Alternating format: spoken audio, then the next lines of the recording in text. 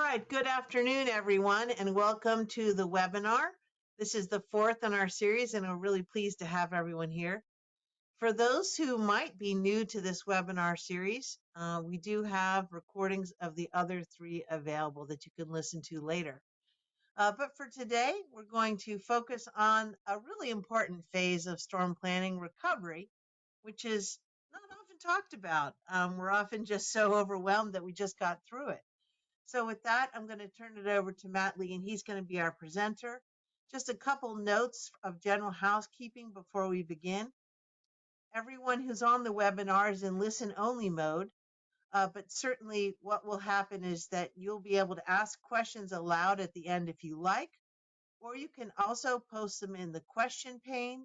And if you see that red arrow down there, it's showing you where you can find that question panel. You can just click on that and type questions at any time. If we can answer your question live during the webinar, we will. And if not, we will just wait till the end and answer all questions at that time. Those of you who are here to get arborist or other credits, that will be discussed at the very end. So if you want the credits, you need to actually attend the entire webinar. So with that, my name is Karen Firehawk. I'm the director of the Green Infrastructure Center, and I'll be running the webinar in the background. Matthew Lee is our director of forest conservation, and he will take over from here and thank our sponsors. Take it away, Matt. Great. Thank you, Karen. Yeah, I'd just like to take a moment to thank our sponsors. So this webinar series and funds for providing this service for you all is provided by the South Carolina Forestry Commission. So we appreciate them co-sponsoring this workshop and making this information more widely available to South Carolina communities and beyond. We'd also like to thank Darren Green. He's not participating in this particular webinar series, but he has been an invaluable resource for our previous webinars by kind of sharing his experiences and lived experience around storm planning. So this is actually the fourth webinar in a series of four, so the fourth and final one. The previous webinars are available as recordings both on the South Carolina Forestry Commission's website, but also on the Green Infrastructure Center's website. And this one is on that post-storm urban forest recovery webinar. So the previous ones really talked about what to do in advance to be prepared for the upcoming storm, to how to make your urban forest more resilient in the face of those natural disasters. And this one's really taking that lens of the disasters happened, the cleanup is over, and now what's to come, and how are we going to recover that lost resource if there was significant damage to the urban forest. If you visit GIC's website or the South Carolina Forestry Commission's website, you'll find a lot of these materials made available free. So these are resources and guides and materials that we've created over the years to help communities plan for their green infrastructure resources within their communities. You should check out GIC's websites for a lot of really great free educational and guide materials to help you with your green infrastructure planning. So for today's webinar, we're really going to talk about a quick brief thing on storm readiness, but we're really going to dive into this storm recovery concept and how we've helped communities develop storm recovery plans. And we've got two particular case studies we want to highlight here. One is in the city of Marianna, Florida. They got hit by Hurricane Michael back in 2019. And so we helped them develop a recovery plan for recovering their urban forest resources. And also another case study on the city of Lake Charles, Louisiana, which actually got hit by a series of federally declared natural disasters. And we're going to talk about different components of the process for each of those communities and how data is really helping to inform and the assessments that we've done help inform their long-term recovery for the urban forest resource and how they can start planting back. And then there's some other resources and design considerations that we want to talk about on how we can recover the urban forest, but think forward, especially in designing those spaces where those trees are going to go into the future. So there's really kind of 3 to 4 main components to storm readiness. And we've talked about these in previous webinars. So if you didn't attend any of those, I strongly recommend going back and listening through on those. But conducting that tree risk assessment to help minimize risk in the first place, reducing that loss of trees from that natural disaster, developing standing contracts so that your cleanup response is as efficient and as cost effective as possible, and also ensures that you get reimbursed fully from FEMA if it's a federally declared disaster.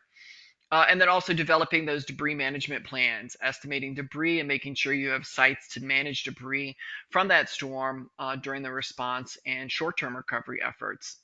And then, of course, always making sure that you are annually reviewing these materials and maybe holding mock events with new staff who may not be familiar with the storm planning process. But one thing we like to think about, or we like to talk about, is storm readiness is also thinking about recovery after the event. So we can also do recovery in advance of the storm. So there's different time frames and phases for recovery. So response is kind of the immediate aftermath of the event. So this is what we would consider clearing major roads, reconnecting those critical utilities, providing shelter and public safety to the community, and that's and the immediate aftermath in the first couple of weeks. Then you have this what's called kind of a short-term recovery, and that is really where a lot of the debris is starting to be cleared from residential streets.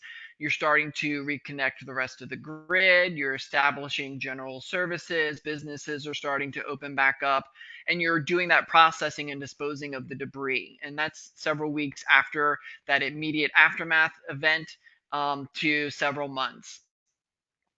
And then we start talking into what we really want to focus on is that long-term recovery. So that's rebuilding of the infrastructure, rebuilding of homes, rebuilding of businesses, but also really focusing in and talking about replanting of that lost tree canopy, because in some communities it's been pretty catastrophic, the amount of canopy that's been lost.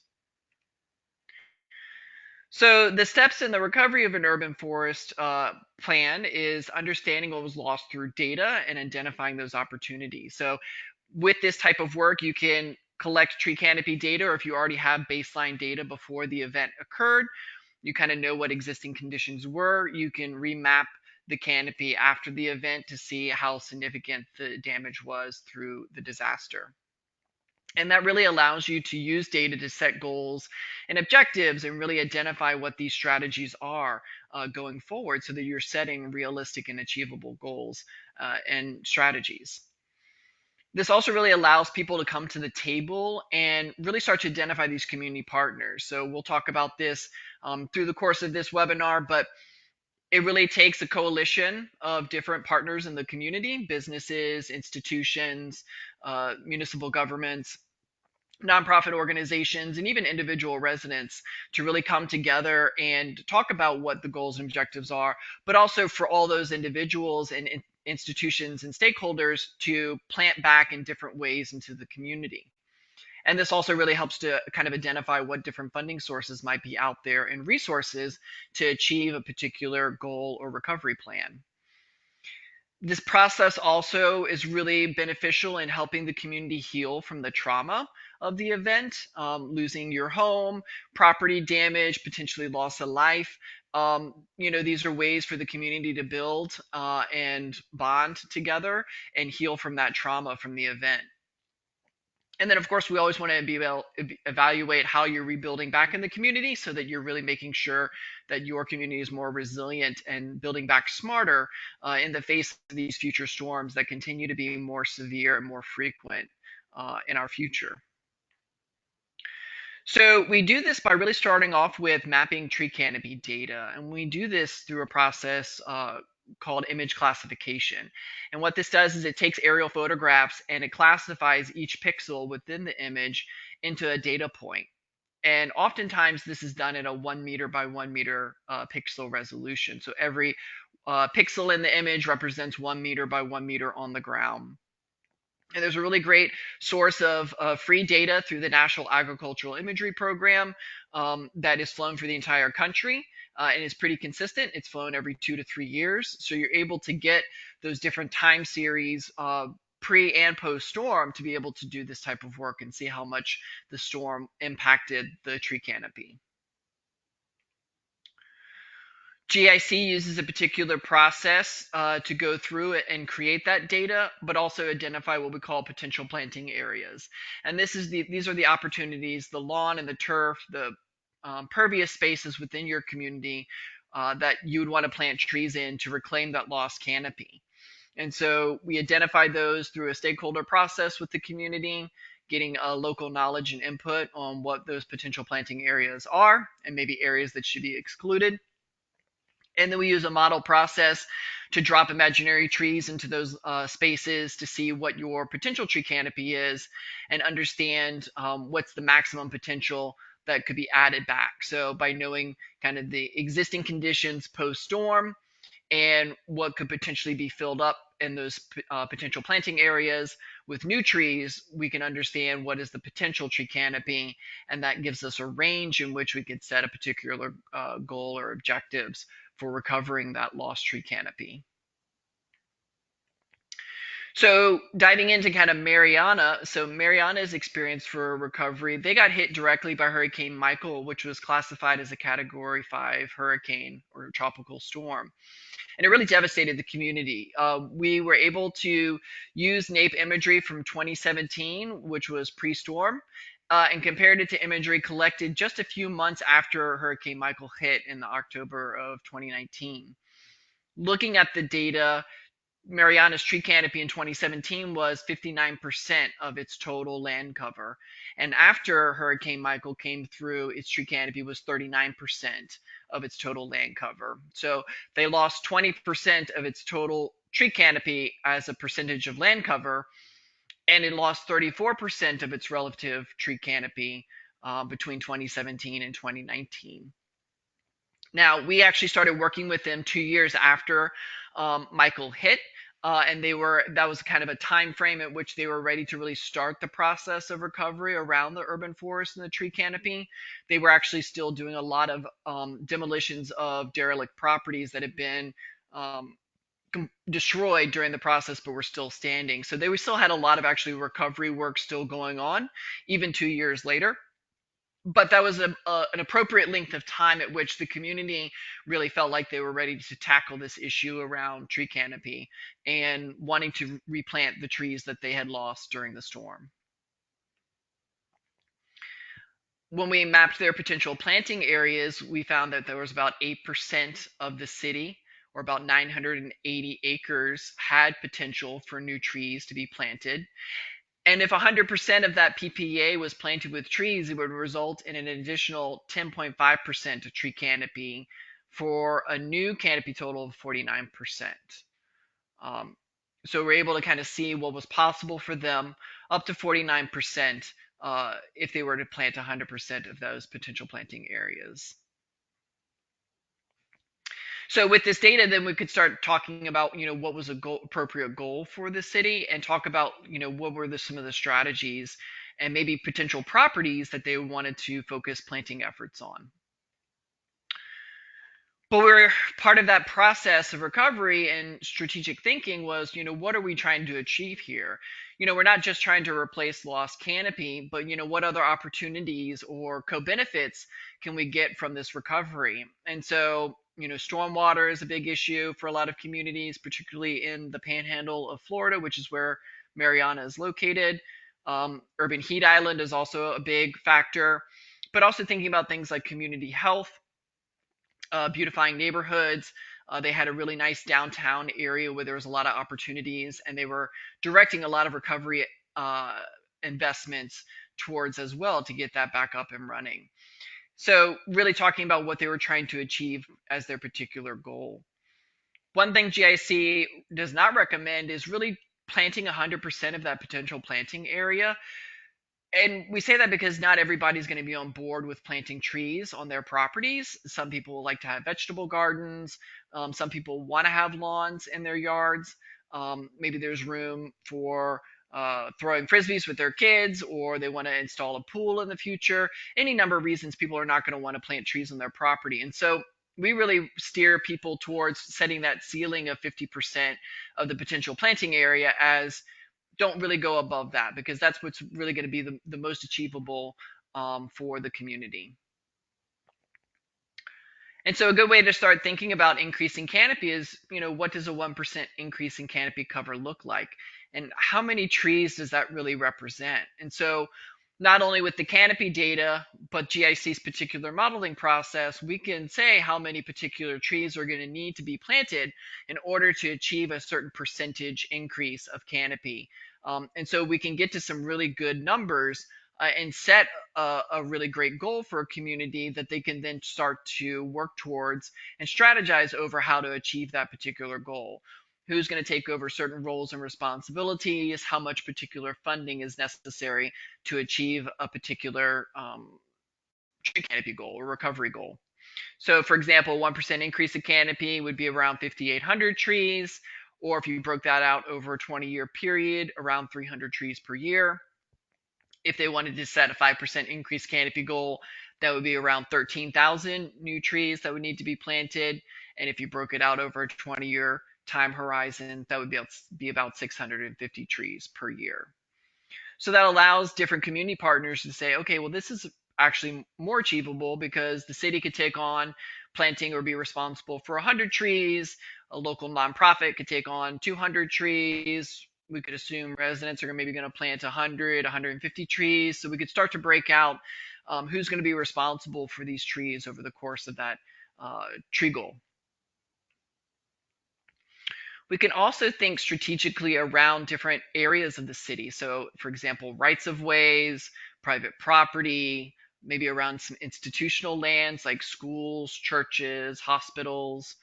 And so with this, we can break out and analyze the data across many numerous different types of areas of interest or geometries that may fall within a city's jurisdictional boundary. And these are just a few examples of how we slice and dice the data to give the city some more information about what are the opportunities out there under these types of different land uses.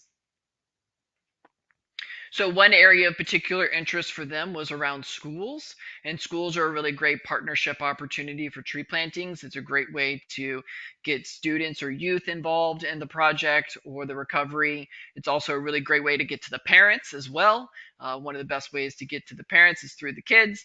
And it's an excellent opportunity for outdoor education and environmental education, stewardship, and really an opportunity for the students to get back to the community as well.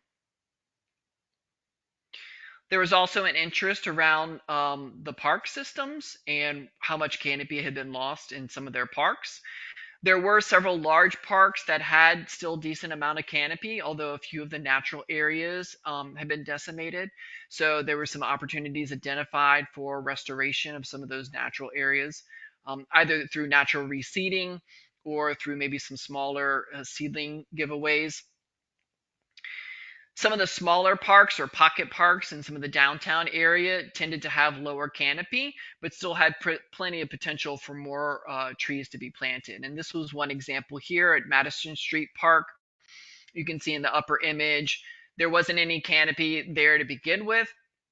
So this is a great opportunity to actually get some canopy in this park. What you can't see in this image that's off the image is their farmers market is adjacent to this particular park. So it was another opportunity to really beautify a community space that's very popular and had a lot of people gathering at it. And so what we did was to kind of help them when they're going out and applying for funding sources to get money for trees and tree planting in the community. We did a little example photo rendering of what this park would look like if they were to plant some trees in some of these potential planting areas. We also analyzed by parcels, and this one was really key because it helps kind of drive home to the city that if they were going to be successful at recovering this lost canopy from Michael, they really needed to be engaging with private citizens and private landowners because the city manages about 20% of the land or the right of way within its jurisdiction, and the other 80% is in private ownership. And so really the greatest potential for reclaiming that lost canopy is on private property. And of course, residential yards are some of the best places or the plantable areas in the city. And so the city had not been doing anything around tree giveaways. And so one of the strategies that came away and was one of the recommendations was for the city to think about doing some tree giveaways, not only for getting trees planted on private property, but also being able to share more information to the community around proper tree planting and tree stewardship. So making sure that these trees are planted in the right places, not under overhead utilities or near underground utilities or too close to homes, but also that these residents really need to be taking care of these trees to make them more resilient in the face of upcoming storms. So really great strategy at giving away trees, getting them planted on private property, but providing more information around right tree, right place and other stewardship practices. And then, of course, the data also really helped to link to stormwater infrastructure. So we produced some maps showing some of the best places that they could plant trees. In red, you can see in red some of the best places to plant trees for soaking up or infiltrating stormwater more into the ground, capturing more stormwater so that it doesn't become surface runoff and cause problems like nuisance flooding, damaging people's homes or flooding people's basements in the area. So using this data to kind of optimize tree planting around stormwater and approaching the recovery through that kind of lens. In addition to the actual GIS data, we also have a budget calculator tool that we use to help them kind of understand what are the financial implications of setting a particular goal. So it's like, what does a 1% increase in canopy cover cost for a community? And so we use their data to calculate some potential estimates for cost. And so this pulls in the data from their community into the tool where they can run different scenarios and run different goals for their community to find what's the right fitting goal for them. In addition to actually mapping the data, we also did a partial tree inventory of their downtown district just to get them some tree inventory data to start understanding what's going on with the composition of the trees and the age classes of the trees in the community in this one little slice. We didn't have quite enough funding to do a full inventory with them, but we wanted to get them started on something, and so we started to do a partial inventory in their downtown area. And this is, again, different data from the canopy data, but very complementary and helping to identify what opportunities are available and what maybe other considerations strategically they need to be considering going forward.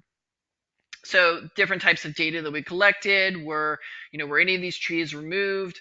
What species were they? What was the diameter at breast height?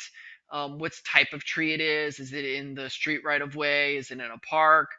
And this data can also be really useful or helpful for them to document this resource, this public tree inventory resource, and make it more eligible for federal reimbursement so that if there's a future federally declared disaster, the city could potentially be reimbursed for some of these trees lost and make the recovery more affordable or more manageable in the long term. So doing an analysis on the trees in the partial inventory, it was made up of 25 different species, but only 4 species made up about 84% of the downtown trees. And as you can see in this chart here, 47% of that was crepe myrtle, another 23% was live oak, and then we start getting into some different palm species here, making up the rest of that 84%.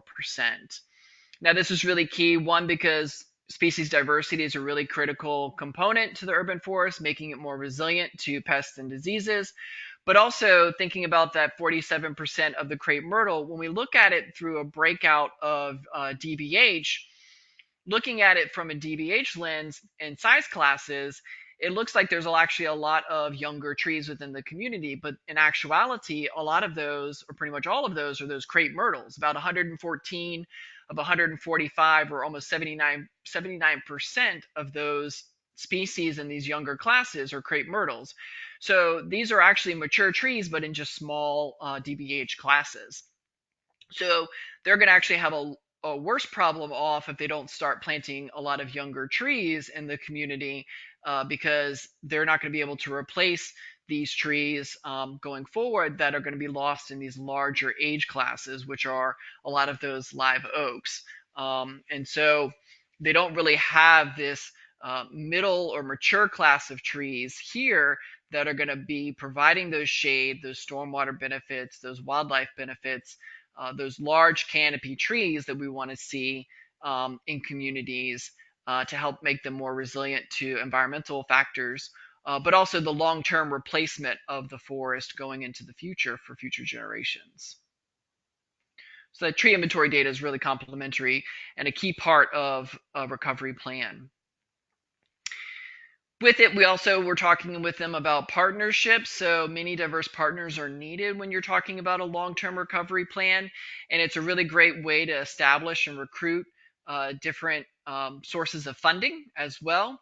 So, for example, in the Mariana area, there was a college, Chippewa College. The president, Dr. Sarah Clemens, committed to bringing trees back to the campus with a memorial tree project. So the college lost a significant number of trees, several hundred trees just on the campus alone. And so they really tapped into their alumni to be able to help fund tree plantings on the campus. And they ended up planting 100 trees to help get trees planted back on the campus. So it's not just about the city taking a lead on this, it's also identifying those other partners in the community that can really help bring back more trees on the landscape. So increasing canopy and planting trees is not cheap, especially depending on who's doing the work. City costs can oftentimes be more expensive compared to nonprofit organizations or even just individual residents planting trees themselves.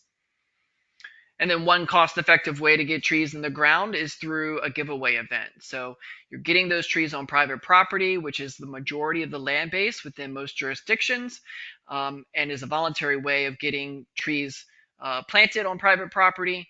But then you're also offsetting those long-term costs of maintenance to the particular property owner to manage and maintain those trees into the future. And there are many sources of funds to help communities recover their tree canopy from disasters, including federal, state, private foundations, a great opportunity to pull in business sponsors or partner with your local chamber of commerce. And then, of course, just tapping into the philanthropy of private citizens within your community who are interested in making their community more resilient or making their community bounce back after that major disaster. So Mariana, moving forward, they're really focused now on diversifying that urban forest and distributing species more evenly across public lands and right-of-ways. They're starting to plant at community-identified sites, such as parks and schools. They're also thinking about planting larger trees and designing spaces for them to grow. So redesigning some of those streetscapes in the downtown area for bigger and better tree wells, but also ones that also function as stormwater BMPs. This also really got the community interested in revitalizing their tree board. So their tree board had kind of declined over the years. The membership tended to skew on the older side, and some of those residents had either passed away or had moved after the disaster from Michael. And so this really got community members interested in wanting to restart the tree board and get their Tree City USA membership status back, because that had also lapsed because of the disaster. And so these were, again, this plan was a way for those types of other community focused resources to come back to the forefront and get the community to start participating in some of these things again. And then again, give away trees to residents to plant on private property. So they were organizing the tree board, but also organizing to do a tree giveaway and find funding sources to get those trees sponsored and given away at a community event. So moving to another case example of Lake Charles, Louisiana, they actually suffered 4 federally declared natural disasters in a 9-month span between 2020 and 2021. So they got hit by Hurricane Laura, and then a few months later got hit by Hurricane Delta. And then a few months later after that, they got hit by that winter ice storm in 2021 that actually also had a significant impact on Texas and caused some fatalities and blackouts across the state of Texas. And then after that, they had some spring flooding in 2021. So they just got hit by back-to-back federally declared disasters. So there was actually a lot of trauma in this community from all these different events. But they were a really resilient bunch. And so they actually had a regional planning initiative called Just Imagine. So all of these different disasters hit, but the different stakeholders and businesses and nonprofits in the city and within the three parish region decided to come up with a regional planning effort or initiative called Just Imagine. And we got pulled kind of into this process or planning process through our focus on the urban forest, because green infrastructure again is a key component to making a community and a region more resilient. And so this had a really great way to dovetail into that regional planning effort. In 2019, their citywide tree canopy was almost 16%. But then by 2022, in the aftermath of all of those different natural disasters, they had lost about 5% of their total tree canopy relative to all their land cover, or about 34% of its relative tree canopy. So, again, a pretty significant loss. While they didn't have the same percentage of tree canopy as Mariana, it was still a significant impact because they lost a lot of their canopy relative to what they had to begin with. So this Just Imagine Southwest Louisiana was a regional economic and redevelopment effort spanning multiple parishes and communities in the region. They had these 10 regional catalytic projects that were identified through a robust community engagement and participation process. And the canopy recovery data and the strategies that went along with that effort were folded into this regional set of projects and planning. So all of this data really complemented all of these other planning efforts that they had going on. And all of the projects really identified trees and other green infrastructure elements as key components to these catalytic projects. And so now they actually had more specific data around tree canopy that they could use towards some of these concept plans and some of these implementation strategies. So we end up creating a bunch of surveys that we made available at open houses and distributed throughout the community at other meetings and other public events. City staff were pretty instrumental in gathering feedback from residents on their views of the urban forest resource and kind of where trees should be planted back within the community. So this was really valuable because it helped us kind of understand the perceptions that people had, especially after these back-to-back disasters, around tree canopy. And unsurprisingly, when we looked at the data and some of the questions, their top concerns about trees were around trees falling over, causing property damage, interfering with utilities, um, and this concept around lack of space. So when you looked at the data, they had a huge amount of space actually available for planting trees. You could actually increase their canopy by up to 30% within the community if you planted 100% of the potential planting areas. But the community's perceptions around trees were they're a danger, they cause damage, and because of that, there's really not any space because they didn't see a space for trees that were a safe space to plant trees. And so what that did was really help let the city know and us know that in order to really get the community more engaged around trees and recovering tree canopy back in the community, we really need to do more messaging and education around what are the right trees to be planting, what are maybe some wind resistant trees that could be planted back in the community, making sure that trees when they are planted are not conflicting with overhead utilities where they're either being pruned back severely or could potentially cause future conflicts or outages, which then are going to cause people to have these negative opinions or perspectives around trees in their community. So this was really important information through the survey for us to understand kind of what values and perspectives the community had around trees. And so when we started to, in the survey, ask the community what they thought were the best strategies, they felt tree giveaways were a really top one. They also felt like as developers were building back to really plant more trees. And then, of course, the city had a key role in getting more trees planted as well. But also, homeowners should be really planting more trees. So, again, it was all around the tree planting. When we looked at other types of strategies, such as establish a tree board. So, the city didn't have a tree board. We also looked at their codes, which I'll talk about here in a second. But the public didn't really think changing the codes was a top priority. They really wanted to see more physical trees planted in the community, and so that was kind of their area of focus for the public on what they thought was the best strategies going forward. So that survey data in this particular instance was very valuable in kind of giving us some solutions and priorities for the city to pursue. And fortunately for Lake Charles, they had a really great grant writing team. Their assistant city manager was really phenomenal at getting grant funding sources. And so they were able to pull in a lot of money to get trees through tree giveaway programs and pull in businesses to help sponsor some of those types of events in the community. We also looked at the tree codes and ordinances for Lake Charles. So this is also a great opportunity as part of recovery to really review those codes and ordinances to make sure that those codes are and allowing for the development and design of spaces in your community that are going to support healthy tree growth. And having healthy tree growth and healthy root volume for a tree is going to make it more resistant to failure during some of these natural disasters, particularly with wind throw. So, some background of the audit tool. We developed this tool as part of a project called Trees and Stormwater. We partnered with 6 different states in the southern region. We looked at codes in 12 different cities.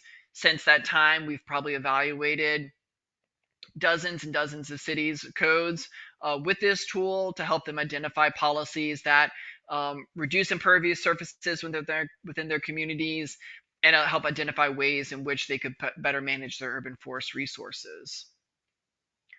So the tool kind of looks at different elements within codes. So tree care and protection, how well does the community plan for trees? What is their implementation capacity? Are they staffed up adequately to be able to manage their urban forest resources and potentially enforce the codes that they have on the books?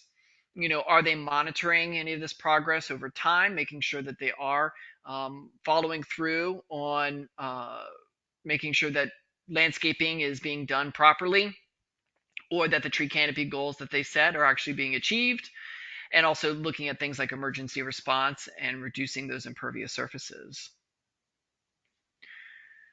The codes or the tool is broken up into different elements. So there's essential elements. So these are color coded. Essentials are the most important. So these are the ones that we highlight as the best practices. Desired elements are ones where we'd really like to see these types of practices, but they're not as important as the essential. And then there are certain things that we consider extra, where places where the community that have the essential elements already could kind of go above and beyond in managing their urban forest resources. So if you wanted to use this tool to evaluate your own community's tree codes and ordinances, we can easily share that tool with you all. It's meant for a zoning administrator or a planner, or it's even a great project for an intern one summer to go through and evaluate your tree protection codes and ordinances to see how they stack up using this audit tool. For Lake Charles, the city was missing a lot of essential elements that we would like to see in their codes, policies, and practices. And so the main focus of those recommendations was to bring those essentials up to a higher percentage, which would ultimately result in that more resilient urban forest. So when we looked at them across the different categories, they did have some good practices in the essential categories for tree care and protection, although there were opportunities to improve on that. But there are a lot of opportunities to improve around planning and goal setting for the urban forest resource, monitoring, particularly, and also emergency response. So making sure to have elements in there that allow for future disasters to manage that resource better. So one thing that ended up coming out of this was the city ended up sending their arborist to get tree risk assessment qualified. So getting several staff members who had arborist certification which they had recently gotten several staff members to get arborist certified, but also to send these now staff members out to get tree risk assessment qualified so they could start doing some of this mitigation work within the public right of ways and kind of reduce their risk exposure going forward with future storms, since they're obviously going to be getting, they're in a high risk exposure being on the Gulf Coast like that. So it was a way for them to kind of start identifying policies and practices that they could do to become more resilient in the face of these storms. So the last part of this presentation here is really just going to kind of go over some of the ways that we can make our cities more resilient. So we don't do a really good job of providing adequate room for healthy tree growth in cities. These are just a couple of examples here of some really small tree wells here for trees that are way too big for them. You can see the roots either encircling or in this situation upheaving the sidewalks and cracking them, which creates other problems, for ADA accessibility. Also here too, seeing the roots kind of bunch up like this at the edge of the curb is also creating a situation where you're creating a one-sided root system here. And so now this tree is going to be much more likely to be wind thrown in a high wind event because the root systems here are probably extending out, and you're now having a one-sided situation with roots bunching up at the corner of this hardscape, or the edge of this hardscape, I should say. So there are some general practices that you should be considering when designing urban forests to be more resilient to storms. So again, considering different surface materials other than concrete. So this is also really great practices for reducing imperviousness, so allowing for that stormwater infiltration into the ground, so reducing runoff. But this is also going to benefit any nearby trees to allow for, one, that water to reach the root system, but also better gas exchange for that tree by having more porous materials made available. Increasing the surface area and soil volume for trees. The University of Florida has done several studies on trees wind thrown during several different hurricane events, and soil volume was one of the largest determining factors besides tree species that determined, whether or not a tree was going to be thrown during a high wind event. So making sure there's that adequate soil volume for the proper anchorage for that tree in the ground so that it's not going to be tossed during a high wind event. Now, obviously, if you start getting into really high wind events like a Cat 5, there's nothing really going to, necessarily save that tree, or there's no reduction of risk by 100%. So it only does work up to a certain wind speed, but it is something that is a big factor when trying to design a space that's more resilient for storms. Plant in available open space instead of squeezing trees into narrow planting strips, or maybe just even designing those planting strips to be wider than they are. Create root paths, which allow roots to expand in the directions you want and prevents encircling roots in tight spaces. Planting trees in groupings, so 5 or more is what the studies show is a good clustering of trees to be able to share that same soil space, but also help protect each other from wind. Also planting things like shrubs and other low-lying vegetation to help break up wind. So plant smaller trees and greater density in areas that you want to reduce risk and not much planting of area available. So rather than trying to squeeze that large tree into that narrow planting strip, maybe just planting a smaller tree instead. It's also going to reduce the likelihood that that tree is going to cause more damage when it fails if it's a smaller tree. And then consider the lifespan of trees in your urban forest and proactively assess these older trees and potentially remove them, especially if the species is prone to fail in high winds. So a prime example of this in South Carolina is 50 to 70 years ago, it was in fashion to plant water oaks everywhere, especially along street right-of-ways. And a lot of those trees are now aging out in many communities across South Carolina. And if you're not familiar with a water oak, It is a species that is a short-lived species, and it's prone to decay. So it's kind of got a double whammy going on there. And so a lot of communities that we've worked with in South Carolina are working to proactively now remove these trees to kind of reduce this risk and replace them with something that's more appropriate for the public right of way. And then planting those shrubs and small trees with larger ones to kind of create that extra layer of wind protection for those trees. Here is some a chart kind of from the University of Florida's extension. They have a series of extension articles that they've put out around storm planning, but also urban design for storm recovery. So they have some rooting space volumetrics and the survival rate. So you can see here from this article that the survival rate of trees with the amount of rooting space that they had available to them, there was a much greater survivability for trees that had much greater volumes or square footages, sorry, of rooting space available. And then this one is for root volume. So just kind of understanding the minimum soil area and the distance from paved surface areas. General rule of thumb is about 1,000 cubic feet of soil volume per large canopy tree. So that's something you want to be considering about.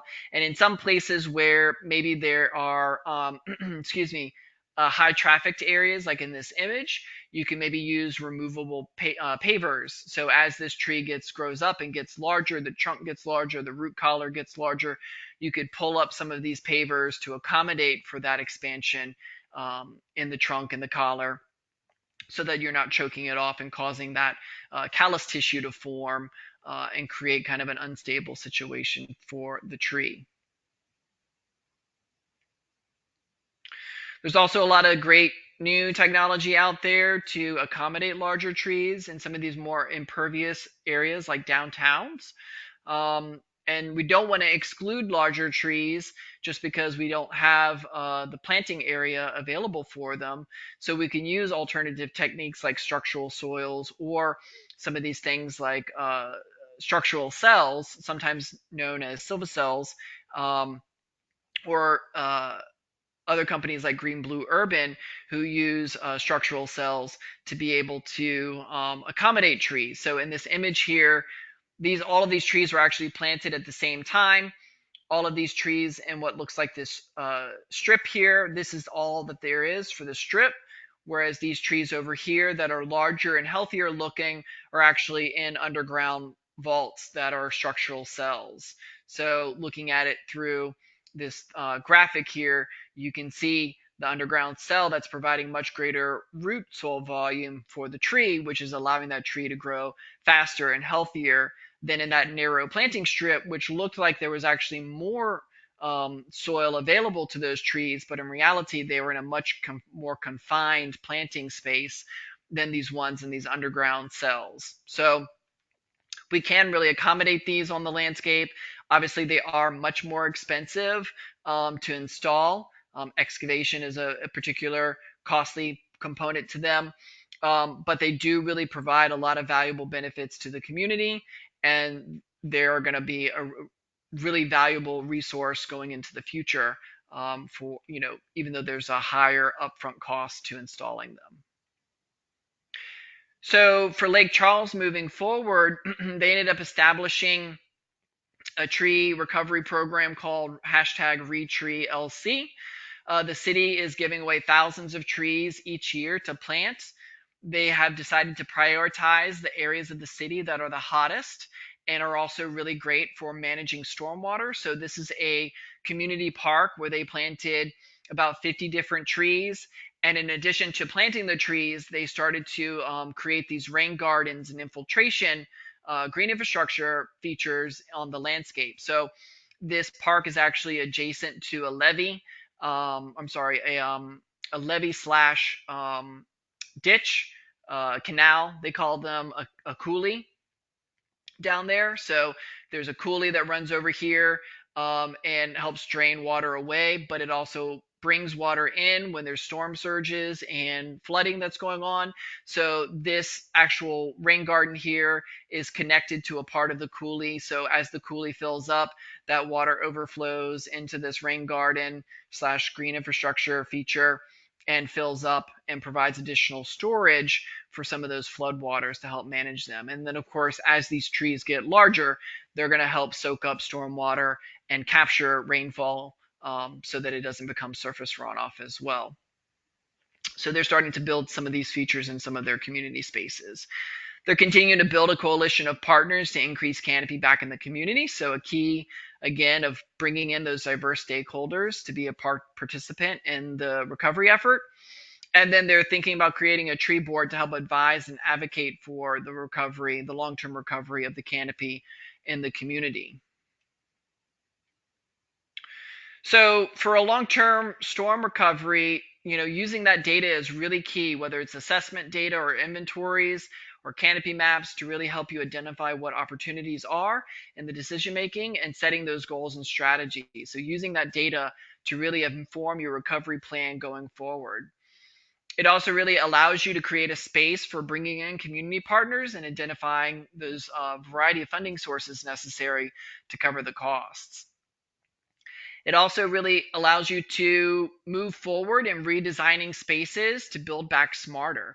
So using those principles of right tree, right place, but also maybe redesigning reworking or amending some of your codes so that you're designing spaces going forward that are going to allow for healthier tree growth and to reduce tree failure. Continue to mitigate risk and do routine maintenance. So, that routine maintenance is never done. And it also can help the community heal from trauma from the events. Property damage and loss of life can really scar community for years to come, and this could be an opportunity to have a conversation and heal together moving forward to kind of recover. And unfortunately, the work is never done. So even though the cleanup is done, the long-term recovery is never done, and there's always things that can be done to help mitigate risk going forward through the recovery process. There are some really great tools and publications through the University of Florida's Extension. They have a lot of great publications on how to assess hurricane damaged trees, lessons learned from hurricanes, and designing for wind resistant urban forests. So I would recommend following some of these links here. They're all free and they're really great information. A lot of the species are tailored more towards the Gulf Coast region. But there are some that are relevant for South Carolina, and particularly in the coastal plain. So I would check out a lot of this information. The design principles are solid for really any community anywhere, regardless of whether, what geographic ecoregion you're a part of. And then GIC has a great resource here on, giving you some ideas and some direction on maybe how to start your own tree planting and planting campaign. So if you're trying to start a recovery plan, or you want to start a tree campaign in your community, we have some great lessons learned from communities that we did some tree campaigns with in South Carolina in particular. But there's also some great lessons learned across different states in the southern region, and that's available on our website. And then we also have a lot of these, again, storm planning resources available through our website on our resiliency page. And so these talk about a lot of the information that was presented in those previous webinars. You can find publications on those to get you started on doing some of that storm readiness work. And that is it for the recovery webinar. And I'm going to pause here to see if Karen has any questions from the audience. Sure, Matt. Thanks very much. Great job. So we have a lot of questions. I've answered most of them during the live webinar event, but a couple requests that came in for you to answer aloud. Mm-hmm. One was, can you talk a little bit more about the importance of structural pruning when trees are young to reduce the risk of those trees falling or hurting someone later? And then the second question was just about, just the importance of budgeting and making sure that we put all of that in the budget. Absolutely. So for the first, yeah, absolutely. So for the first one with the structural pruning, you're absolutely right. Like, you can really reduce a lot of the potential risks that a tree is going to develop over time if you make those structural pruning decisions early on, after the tree has kind of been established and is ready to go in its journey to become a mature tree. One of the ways that you can really help to disseminate that information is through those tree giveaway events. So not only giving out information on right tree, right place, or how to properly plant the tree or site the tree in a person's yard, but you can also share information on the importance of doing that structural pruning to make sure that that tree has the right form and growth, or share information to the community on, if they don't feel qualified to make those pruning cuts themselves, or to be able to evaluate their tree, to do that structural pruning, to share resources on the importance of getting a certified arborist in there so that you can get an expert to make those cuts for you to get that tree healthy and on that long-term trajectory of being sound and less risky, I should say, for damage during a storm. And then as far as funding sources go, there's a variety of different mechanisms that communities can consider, and I'll just highlight a few. So if you have a tree mitigation bank, you could potentially allow for, or amend, if your bank doesn't allow for, or the enacting code doesn't allow for that fund to be used in a much more versatile way than just planting trees on public property, you could consider amending that. So one thing we've seen communities do where they've kind of run out of space on public property to plant trees through tree mitigation dollars is expand that to allow for um, trees to be given away to people to plant on private property. So use those tree bank dollars to fund tree giveaway programs so that you're getting trees planted on private property, because that again is the larger land base in a community. Or other communities have been tapping into their tree mitigation bank to allow for that help fund that long-term maintenance that's necessary. So trying to extend the canopy, the mature canopy that they have, and make it more resilient by tapping into that. Other techniques or mechanisms could be if you have a stormwater utility fee in your community, to kind of shave off a small percentage of that to go towards tree management or tree planting or tree care, because those trees are providing a stormwater benefit. So it's a way to tie stormwater benefit to trees and be able to tie some consistent funding towards tree planting or tree maintenance efforts in the community. Oftentimes, tree budgets are part of the general budget, which is a little bit more discretionary and can potentially get slashed in shortfalls or if other budget priorities come along. Whereas a utility fee is a pretty standard and steady source of funding, and so it can give you more consistency in terms of helping you manage your urban forest program. And then Okay. there's, We go have ahead, one yeah, more question real quick sure, so that you don't run out of time. yeah, I can talk The about other funding forever. question, yeah, I know. Is there an opportunity to talk? Can you talk a little bit more about the downsides of planting smaller maturing species? The questioner said this is too often the response to storm damage. Folks get scared of big trees and totally miss out on the benefits because they're afraid they'll fall on them. So, can you talk about the downsides of planting just smaller trees in response? Absolutely, yeah. So again, smaller trees are not going to get the benefits that you're going to want in a community. One of the things that we recommended in Lake Charles, kind of in response to people's fears around not trees falling on their property or damaging their home, is small trees are a good way of kind of getting people readjusted or reaccustomed to having trees on their property. And so things like fruit trees or flowering ornamentals, for those that are very wary, it's better to get a small tree planted than no tree planted. But I would say there are ways that you can help to alleviate the potential for trees falling over. So again, talking about that structural pruning, making sure that the tree is adequately taken care of, but also young trees when they're planted, like even a large canopy tree when it's planted young, it's going to take decades for that tree to get large enough to come potentially crashing back through someone's home. And so being able to message or frame things around these young trees are much more resilient, and so this is really not a concern in the near term. of this tree coming crashing in the next 20 or 30 years.